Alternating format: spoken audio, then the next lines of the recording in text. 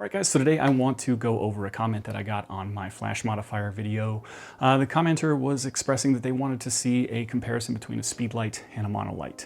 They also said that my kind of talking down to the MagMod system ruined my credibility because I don't own one and I haven't used one, which if you go back and you watch the video, I explicitly tell you that I did own one. I purchased one for my Speedlights when it first came out. I believe it started on Kickstarter, and I was a very early adopter of it because I didn't really know a whole lot about lighting modifiers. I just knew that they were really confusing and it was really hard to adapt larger modifiers to a Speedlight form factor. And I didn't want it to be as complicated, so I was like, heck yeah, this sounds great. But after about 8 months of using it in my advertising work for everything from portraits to interior photography, and pretty much everything in between, studio work, stuff like that, I found it to just be really lackluster. It was no better than bouncing off of a white card or a ceiling. It was no better than almost just having the little tiny plastic deflector that comes with all of your Speedlights, or the white diffusion dome being used with them. So it was really a waste of money. And that's kind of why I don't enjoy the MagMod system, is because I feel that it is a very big waste of money for what it is. But if it is working for you, that is fantastic, and don't let me discourage you from getting it. I think that if it helps you be a better photographer, it is money well spent. But for me, and for learning flash and lighting and how to properly do things, there are so many accessories out there that are far cheaper, that do a far better job, and that are an industry standard, like a Bowens mount, or they are going to be more of like a Profoto mount, or they'll be an Ellen Chrome, all that stuff. And when you get up into the higher end of it, MagMod is not doing anything or inventing anything that is changing anything about modifiers. They are just trying to keep you in their ecosystem to spend an incredible amount of money on accessories that you could spend far less on, that are just as quick to take on and off. So that is where we are with the MagMod, but today we're going to talk about a couple alternatives, and one that is the exact same material, does the exact same thing as the dome that goes on it, the diffusion dome, and that is going to be this guy right here. This is the Godox diffusion dome. It can be collapsed down into a couple different shapes, fully extended or kind of concave like this. And that concave, it can just give you a little bit of a different flash pattern. It's not too much different. It's going to be a lot more impactful when you're working with people as opposed to working with a large room. And I would just keep it extended the entire time. But the nice thing about this, it can be used on a Monolight with a Godox mount. It can also be used on any Speedlight with this standard Speedlight clamp, and they also make a round version of this to go over a more round Speedlight, which Godox does make, and a couple other manufacturers do as well. My preference for this is going to always be to use a reflector if you want to go for speed and efficiency.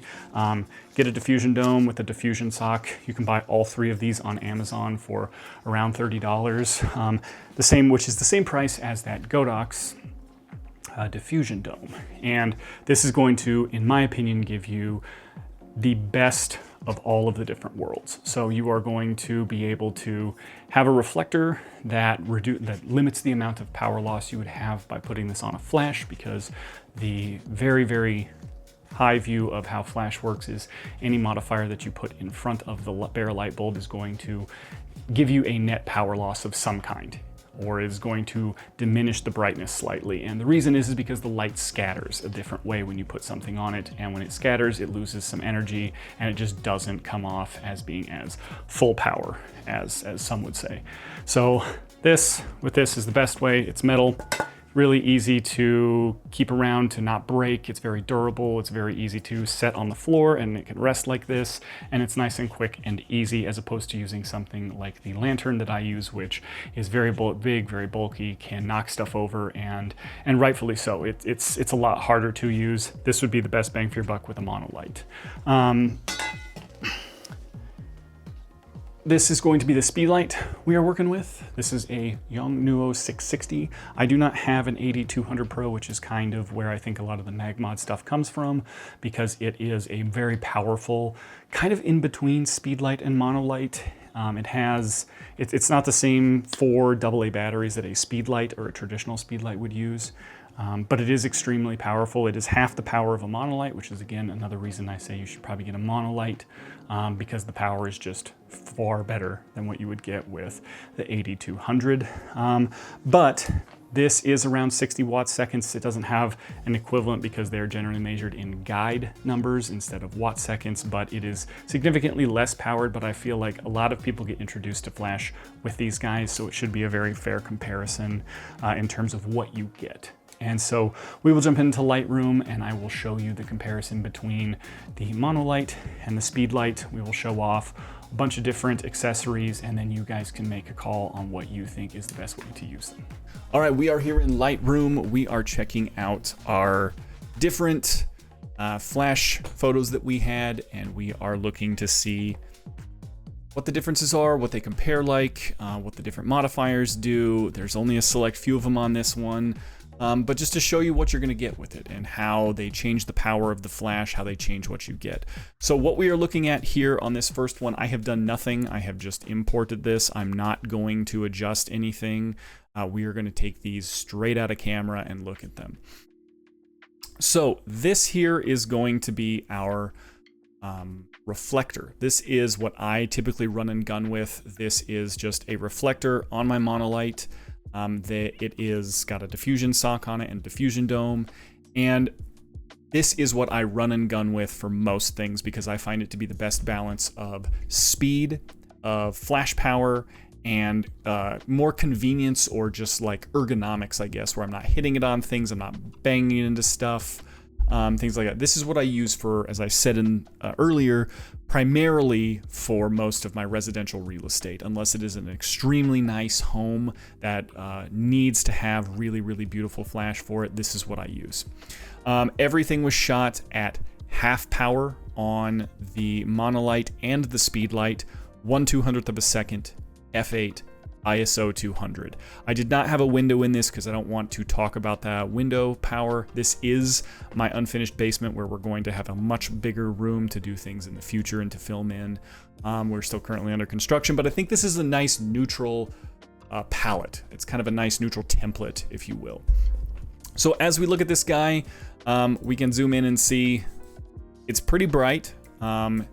Even these little shadows over here where we would have a lot of issues when we would blend them and they would turn yellow in Flambient, they're pretty soft. They're not terrible, they're definitely defined. You can see that there is a defined line. It's not extremely hard, but there is a defined line. But it does look really, really good. You can see there's also a little defined line here, which is going to be something else. We kind of look for where those shadows, those hard flash shadows are. But this is really, really good. It is a little bit bright. Like I said, if I was doing anything, I would bring it back down a little bit. We do like to be to the right on the histogram with our flash, just because it does help with those colors and things. But this is pretty good. This is, we'll turn it to flash to see kind of our white balance. And yeah, we'll see the color looks pretty good on this one. I think we'll do all of them at 5500. Just because we want to see what they all look like and what those modifiers do. So that is our reflector and what I like to run with. This is going to be the Godox diffusion dome. This is going to be on it straight ahead. I didn't shoot it up on this guy because I don't like bouncing off the ceiling. I did with the Speedlight, which we'll see in a bit, but this is straight up. So let's turn that to, or this is straight on. Same position as the reflector. We'll turn this on. And you can kind of see that there are, there are similarities in color. There's a little bit of a shift in the color. This is going to be far more neutral.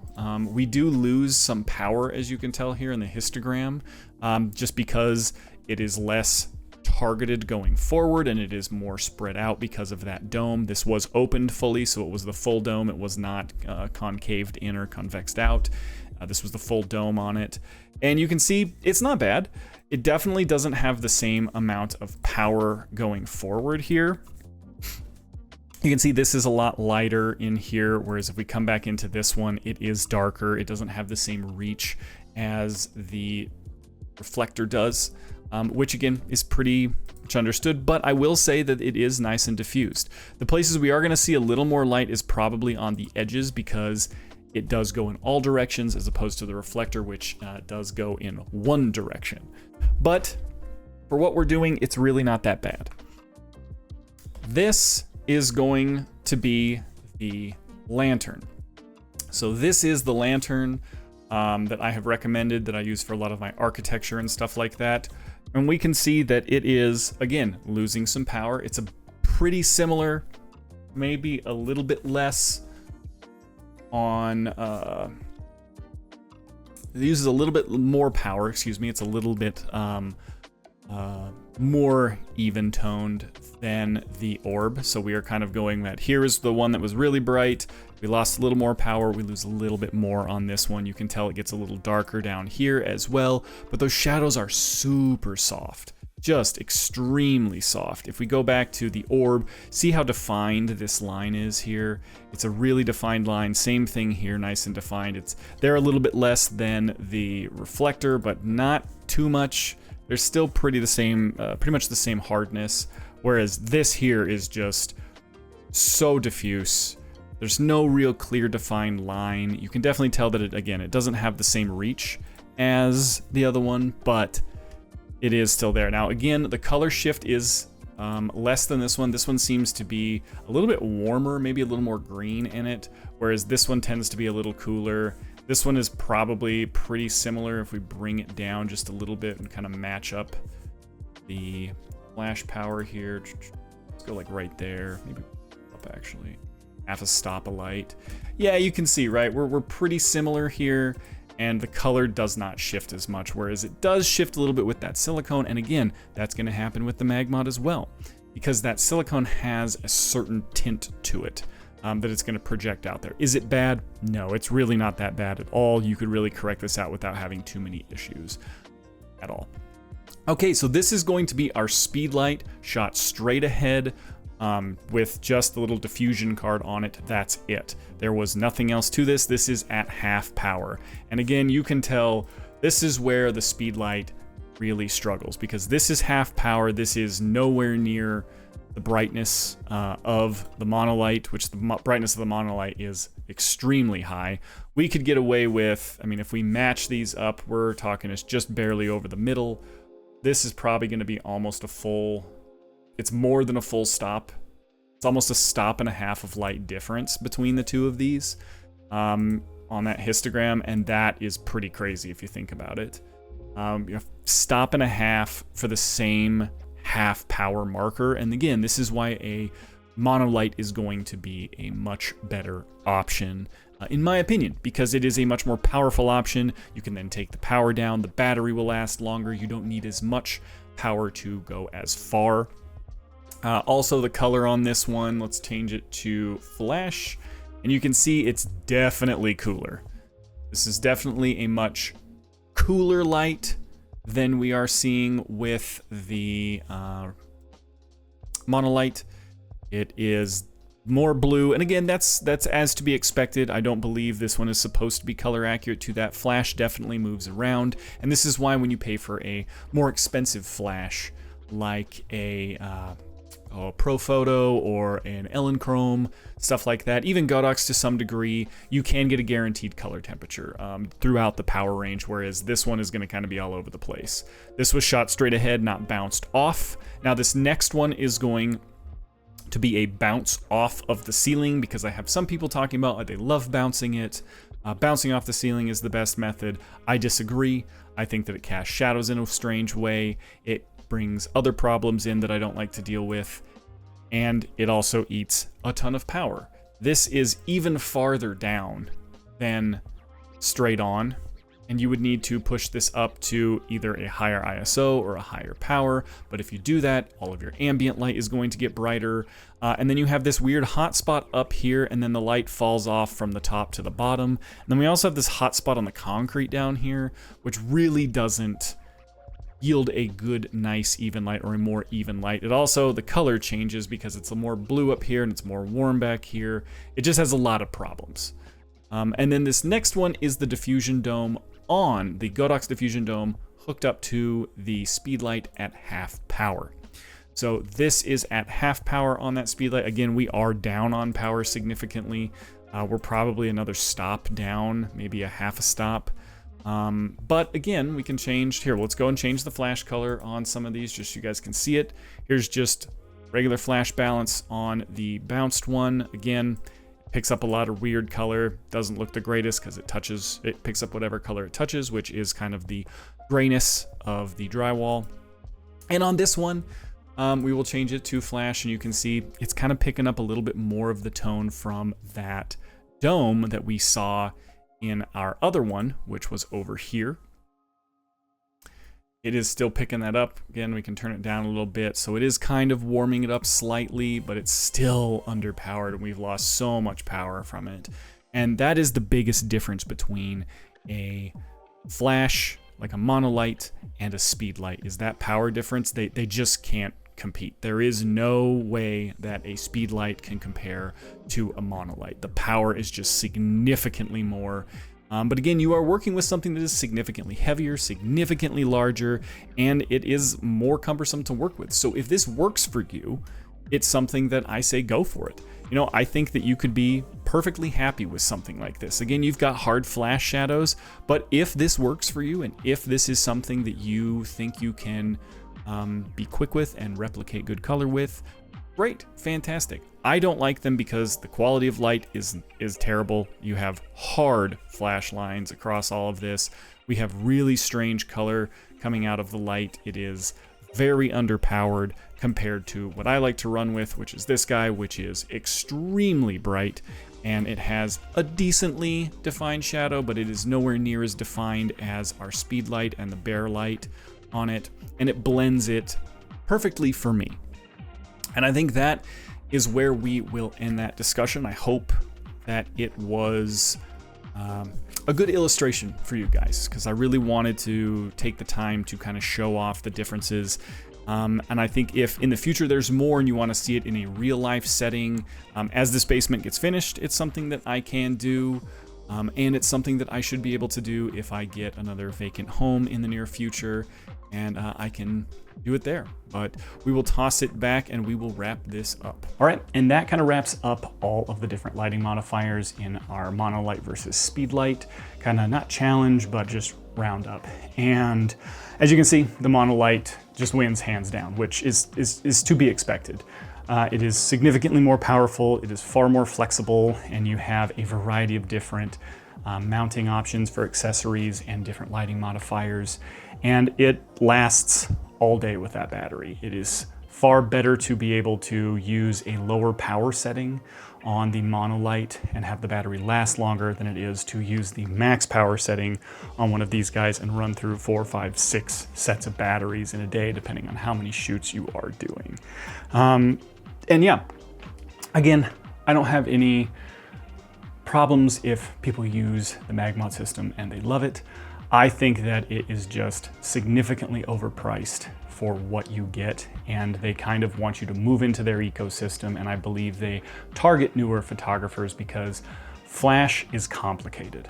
When you are learning Flash, much like I did, it was a struggle to figure it out. And then when you start learning about lighting modifiers and softening light, it becomes really complicated because these are not easy to connect to a lot of large light modifiers. And so the simple way to do that was to come up with their own system and to say, hey, get into our system, we make it easy. And while they largely do, it limits you on what you can use. Their lighting modifiers are no different than anything else out there. If it's a silicone reflector or a metal reflector, or it is a softbox, or it is a diffusion dome, there are so many other manufacturers that make them for cheaper, that do the exact same thing, and they mount just as quickly with a Bowens mount, or they slide on and off with the Godox mount, whatever you want. It is just as quick and easy, and it saves you a lot of money. So I hope this was helpful for you guys. Let me know if you guys have any other lighting modifiers that you guys use, what you think is the best lighting modifier for what you do, because this is just my opinion, and you know, I can always be wrong about this stuff, and I'd love to hear if there's something that maybe I don't know about or I haven't seen yet, and I'd love to hear about it. So thank you guys for watching. We'll see you on the next one.